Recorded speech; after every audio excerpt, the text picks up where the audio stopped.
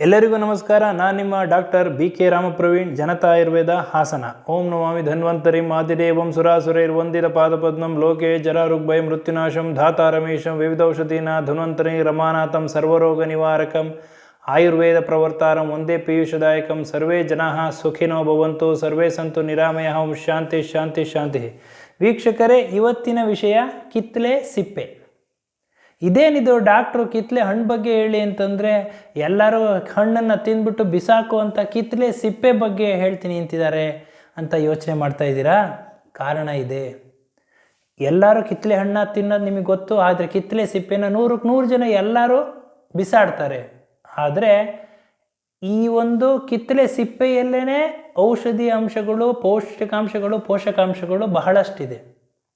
ಇವತ್ತಿನ ಈ ಸಂಚಿಕೆಯಲ್ಲಿ ಇದ್ರ ಬಗ್ಗೆ ಡೀಟೇಲಾಗಿ ತಿಳಿಸ್ಕೊಡ್ತೀನಿ ವೀಕ್ಷಕರೇ. ಇದನ್ನು ತಿಳಿದ ನಂತರ ನಾನು ಅಂದ್ಕೊಂಡಿದ್ದೀನಿ, ಭಾವಿಸಿದ್ದೀನಿ, ನೀವು ಯಾರು ಈ ಒಂದು ತಪ್ಪನ್ನು ಮಾಡೋದಿಲ್ಲ, ಕಿತ್ತಲೆ ಸಿಪ್ಪೆಯನ್ನು ಬಿಸಾಕುವಂಥ ಒಂದು ತಪ್ಪನ್ನು ಮಾಡೋದಿಲ್ಲ ಅಂತ ಅಂದ್ಕೊಂಡಿದ್ದೀನಿ ವೀಕ್ಷಕರೇ.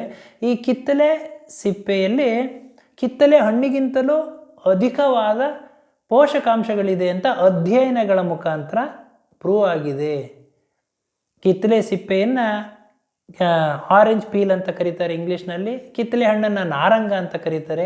ಈ ಕಿತ್ತಲೆ ಸಿಪ್ಪೆಯಲ್ಲಿ vitamin C, vitamin A, beta carotene, bioflavonoids, polyphenol, potassium, calcium, phosphorus, pectin ಹಾಗೂ RLIP76 ಪ್ರೋಟೀನ್, ಇಷ್ಟು ಪೋಷಕಾಂಶಗಳು ಇದರಲ್ಲಿ ಇದೆ. ಈ ಒಂದು ಕಿತ್ತಲೆ ಸಿಪ್ಪೆ ಸಕ್ಕರೆ ಕಾಯಿಲೆಯವರಿಗೆ ಒಂದು ವರದಾನ ಆಗಿದೆ. ಹಾಗೂ ಈ ಒಂದು ಕೊಲೆಸ್ಟ್ರಾಲ್, ಅಧಿಕವಾದ ಒಂದು ಕೊಲೆಸ್ಟ್ರಾಲ್ ಇದ್ದಾಗ, ಒಬೆಸಿಟಿ ಇದ್ದಾಗ ನಿವಾರಣೆಗೆ ಒಂದು ಔಷಧಿಯಾಗಿ ಕೆಲಸ ಮಾಡ್ತದೆ. ಹಾಗೂ ಸೌಂದರ್ಯವರ್ಧಕವಾಗಿ ಕೆಲಸ ಮಾಡ್ತದೆ, ಇಮ್ಯುನಿಟಿ ಬೂಸ್ಟರ್ ಆಗಿ ಕೆಲಸ ಮಾಡ್ತದೆ. ಈ ಕಿತ್ತಲೆ ಸಿಪ್ಪೆಯಲ್ಲಿ ಈ ಕಿತ್ತಲೆ ಸಿಪ್ಪೆ low calorie rich dietary fibre ಇದೆ. ಅಂತಂದರೆ ಕ್ಯಾಲೋರಿ ಅಂಶ ಕಡಿಮೆ ಇರ್ತದೆ, ನಾರಿನಂಶ ಜಾಸ್ತಿ ಇರ್ತದೆ. ಪೆಕ್ಟಿನ್ ಅಂತ ಒಂದು ಅಂಶ ಈ ಒಂದು ಕಿತ್ತಲೆ ಸಿಪ್ಪೆಯಲ್ಲಿ ಇರೋದ್ರಿಂದ ಇದು ನಾರಿನಂಶ ಆಗಿರೋದ್ರಿಂದ ರಕ್ತದಲ್ಲಿರ್ತಕ್ಕಂತಹ ಸಕ್ಕರೆ ಅಂಶವನ್ನು ಹತೋಟಿಯಲ್ಲಿಡಕ್ಕೆ ಇದು ಸಹಕಾರಿಯಾಗಿದೆ. ರಕ್ತದಲ್ಲಿ ಇರ್ತಕ್ಕಂಥ ರಕ್ತನಾಳಗಳಲ್ಲಿ ಶೇಖರಣೆಯಾಗಿರ್ತಕ್ಕಂತಹ ಕೆಟ್ಟ ಕೊಲೆಸ್ಟ್ರಾಲ್ಗಳನ್ನ, ಈ ಕೊಬ್ಬಿನಂಶವನ್ನು ನಿವಾರಣೆ ಮಾಡಲು ಇದು ಸಹಕಾರಿಯಾಗಿದೆ. ಹಾಗೂ ಇಮ್ಯುನಿಟಿ ಆಗಿ ಇದು ಕೆಲಸ ಮಾಡ್ತದೆ. ಹಾಗೂ ಇದರಲ್ಲಿ RLIP76 ಅಂತ ಒಂದು ಪ್ರೋಟೀನ್ ಇದೆ. ಇದು ಒಂದು stress responsive protein, stress protective protein. ನಮ್ಮ ದೇಹದಲ್ಲಿ ಜೀವಕೋಶಗಳಿರ್ತದೆ. ಈ ಸೆಲ್ಲಲ್ಲಿ ಮೈಟೋಕಾಂಡ್ರಿಯಾ ಅಂತ ಒಂದು ಅಂಶ ಇದೆ. ಇದನ್ನು power house of the cell ಅಂತ ಕರೀತಾರೆ. ಈ ಮೈಟೋಕಾಂಡ್ರಿಯಾ ಕೆಲಸ ಏನು? ದೇಹಕ್ಕೆ ಒಂದು ನಾವು ತಿನ್ನೋ ಆಹಾರ ಗ್ಲೂಕೋಸಾಗಿ ಕನ್ವರ್ಟ್ ಆಗಿ ಅದು ಎನರ್ಜಿಯಾಗಿ ಕನ್ವರ್ಟ್ ಆಗಬೇಕು ಅಂತಂದರೆ ಅದು ಅಡಿನೋಸಿನ್ ಟ್ರೈಫಾಸ್ಫೇಟ್ ಆಗಿ ಕನ್ವರ್ಟ್ ಆಗಬೇಕಾಗುತ್ತೆ.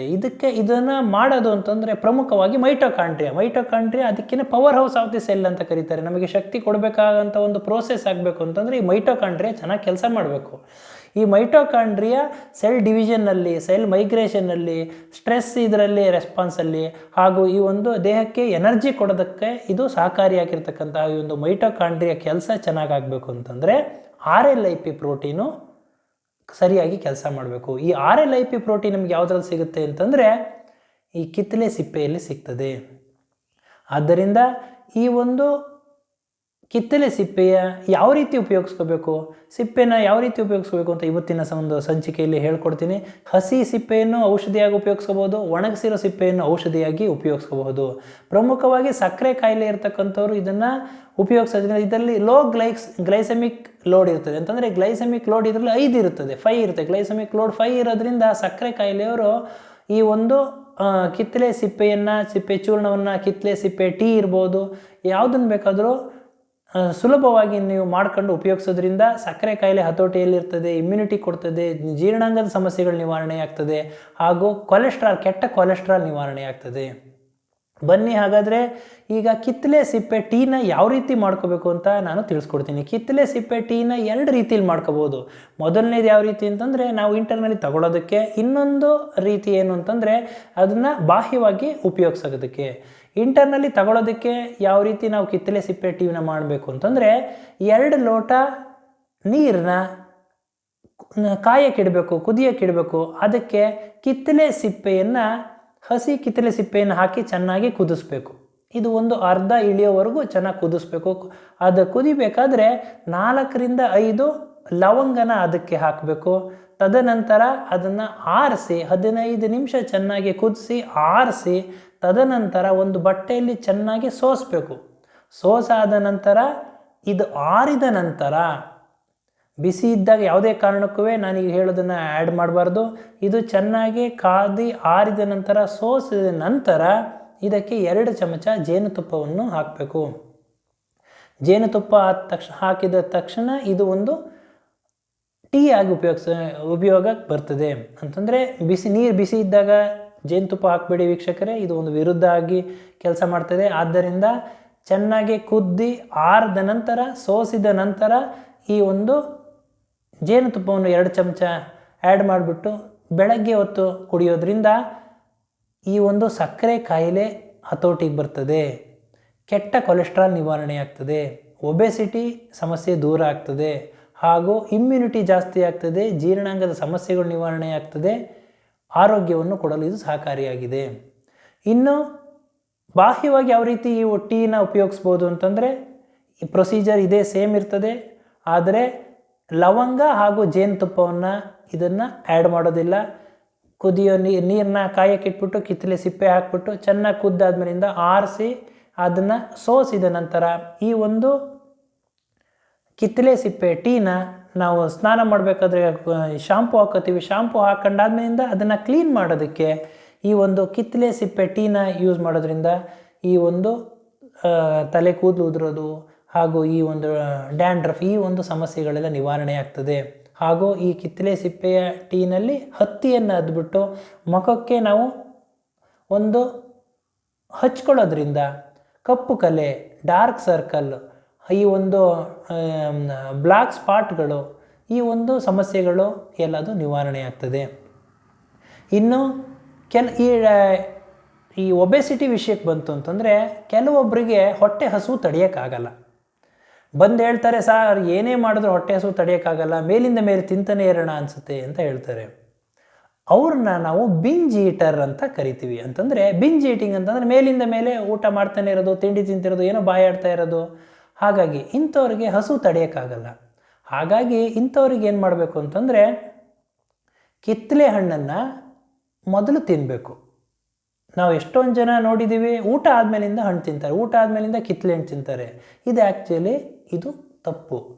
ಕಿತ್ತಳೆ ಹಣ್ಣನ್ನು ಮೊದಲು ತಿಂದು ನಂತರ ಊಟ ಮಾಡೋದ್ರಿಂದ ನಮಗೆ ಹೊಟ್ಟೆ ಹಸು ನಿವಾರಣೆ ಆಗ್ತದೆ, ಹೊಟ್ಟೆ ತುಂಬ್ದಂಗೆ ಇರ್ತದೆ, ಹಾಗೂ ಅಗತ್ಯವಾದ ಪೋಷಕಾಂಶಗಳು ಹೇರಳವಾಗಿ ಸಿಗ್ತದೆ. ಯಾಕೆಂತಂದರೆ ಕಿತ್ತಳೆ ಹಣ್ಣಲ್ಲಿ ಲೋ ಕ್ಯಾಲೋರಿ ಹಾಗೂ ರಿಚ್ ಫೈಬರ್ ಅಂಶ ಇರ್ತದೆ. ಆದ್ದರಿಂದ ಇದು ಫಸ್ಟ್ ಕಿತ್ತಳೆ ಹಣ್ಣು ತಿನ್ನಬೇಕು, ತದನಂತರ ಊಟ ಮಾಡೋದ್ರಿಂದ ಈ ಒಂದು ಒಬೆಸಿಟಿ ನಿವಾರಣೆ ಮಾಡಲು ಇದು ಸಹಕಾರಿಯಾಗಿದೆ. ಹಾಗೂ ಈ ಒಂದು ಚರ್ಮದ ಸಮಸ್ಯೆಗಳು ಸೌಂದರ್ಯವರ್ಧಕವಾಗಿ ಯಾವ ರೀತಿ ನಾವು ಇದನ್ನು ಉಪಯೋಗಿಸ್ಬೋದು ಅಂತಂದರೆ, ಫೇಸ್ ಪ್ಯಾಕ್ ಆಗಿ ಉಪಯೋಗಿಸ್ಬೋದು, ಸ್ಕ್ರಬ್ಬರ್ ಆಗಿ ಉಪಯೋಗಿಸ್ಬೋದು. ಈ ಕಿತ್ತಳೆ ಸಿಪ್ಪೆಯನ್ನು ಫೇಸ್ ಪ್ಯಾಕ್ ಆಗಿ ಯಾವ ರೀತಿ ಉಪಯೋಗಿಸ್ಬೇಕು ಅಂತಂದರೆ, ಮೊದಲಿಗೆ ನಾವು ಕಿತ್ತಳೆ ಸಿಪ್ಪೆಯನ್ನು ಒಣಗಿಸ್ಬೇಕು, ಬಿಸಿಲಿನಲ್ಲಿ ಒಣಗಿಸ್ಬೇಕು, 3 ದಿನ ಒಣಗಿಸ್ಬೇಕು. 3 ದಿನ ಒಣಗಾದ್ಮೇಲೆ ಈ ಕಿತ್ತಳೆ ಸಿಪ್ಪೆಯನ್ನು ಮಿಕ್ಸಿಗೆ ಹಾಕಿ ಚೆನ್ನಾಗಿ ಪೌಡ್ರ್ ಮಾಡಬೇಕು. ಈ ಪೌಡ್ರ್ ಮಾಡಾದ್ಮೇಲಿಂದ ಇದನ್ನು ಬಟ್ಟೆಯಲ್ಲಿ ಇಲ್ಲ ಅಂದರೆ ಫಿಲ್ಟ್ರಲ್ಲಿ ಚೆನ್ನಾಗಿ ಸೋಸಬೇಕು. ಪೌಡ್ರನ್ನ ಚೆನ್ನಾಗಿ ಸೋಸಾದ್ಮೇಲಿಂದ ಫೈನ್ ಪೌಡರ್ ಬರ್ತದೆ. ಅಂತಂದರೆ ನೈಸಾಗಿರ್ತಕ್ಕಂತಹ ಒಂದು ಸೂಕ್ಷ್ಮ ಚೂರ್ಣ ಬರ್ತದೆ. ಈ ಚೂರ್ಣವನ್ನು ನಾವು ಫೇಸ್ ಪ್ಯಾಕಿಗೆ ಉಪಯೋಗಿಸ್ಬೋದು. ಹಾಗೂ ಇನ್ನೊಂದು ಕೋರ್ಸ್ ಪೌಡ್ರ್ ಇರ್ತದೆ, ಆ ಸೋಸಿದ ಮೇಲ್ಗಡೆ ಇರ್ತಕ್ಕಂತಹ ಈ ಮರಳಂಗಿರ್ತಕ್ಕಂತಹ ಒಂದು ಪೌಡ್ರನ್ನ ಸ್ಕ್ರಬ್ಬರಾಗಿ ಉಪಯೋಗಿಸ್ಬೋದು.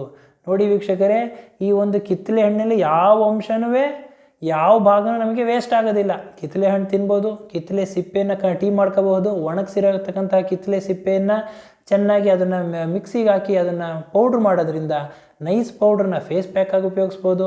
ಮರಳಾಗಿರ್ತಕ್ಕಂತಹ ಒಂದು ಪೌಡ್ರನ್ನ ಸ್ಕ್ರಬ್ಬರ್ ಆಗಿ ಉಪಯೋಗಿಸ್ಬೋದು. ಬನ್ನಿ ಈಗ ಮೊದಲಿಗೆ ಈ ಫೇಸ್ ಪ್ಯಾಕ್ ಯಾವ ರೀತಿ ಮಾಡ್ಬೋದು ಅಂತ ತಿಳಿಸ್ಕೊಡ್ತೀನಿ. ಫೇಸ್ ಪ್ಯಾಕ್ ಯಾವ ರೀತಿ ಮಾಡೋದು ಅಂತಂದರೆ, ಈ ಒಂದು ಚೂರ್ಣವನ್ನು ಚೆನ್ನಾಗಿ ಕಿತ್ತಳೆ ಸಿಪ್ಪೆ ಚೂರ್ಣ 1 ಚಮಚ ಹಾಗೂ 2 ಚಮಚ ಕಿತ್ತಳೆ ಹಣ್ಣಿನ ಸಿಪ್ಪೆಯ ಚೂರ್ಣಕ್ಕೆ 4 ಚಮಚ ಕಡಲೆ ಹಿಟ್ಟನ್ನು ಮಿಶ್ರಣ ಮಾಡಿ 1 ಚಮಚ ಶ್ರೀಗಂಧದ ಪುಡಿ, 2 ಚಮಚ ಕಿತ್ತಳೆ ಸಿಪ್ಪೆ ಚೂರ್ಣ, 4 ಚಮಚ ಕಡಲೆ ಹಿಟ್ಟು, 1 ಚಮಚ ಶ್ರೀಗಂಧದ ಪುಡಿ, ಮೂರನ್ನು ಚೆನ್ನಾಗಿ ಮಿಶ್ರಣ ಮಾಡಬೇಕು. ಈ ಮಿಶ್ರಣ ಮಾಡಿರೋದಕ್ಕೆ 4 ರಿಂದ 5 ಚಮಚ ಹಸಿ ಹಾಲು ಅಥವಾ ರೋಸ್ ವಾಟರ್ ಮಿಶ್ರಣ ಮಾಡಿ ಮುಖಕ್ಕೆ ಲೇಪ ಹಾಕ್ಕೊಂಡು ಅರ್ಧ ಗಂಟೆ ಆದ ನಂತರ ಉಗುರು ಬೆಚ್ಚ ನೀರಿನಲ್ಲಿ ಮುಖವನ್ನು ತೊಳೆಯೋದ್ರಿಂದ ಮುಖದ ಕಾಂತಿ ಹೆಚ್ಚುತ್ತದೆ. ಡಾರ್ಕ್ ಸರ್ಕಲ್, ಬಂಗು, ಕಪ್ಪು ಕಲೆಗಳು, ಮಡುವೆ ಕಲೆಗಳು ಈ ಎಲ್ಲ ಒಂದು ಸಮಸ್ಯೆಗಳು ನಿವಾರಣೆಯಾಗ್ತದೆ. ಮುಖಕ್ಕೆ ಹೊಳಪು, ಕಾಂತಿ, ಒಂದು ತೇಜಸ್ಸನ್ನು ಕೊಡ್ತದೆ.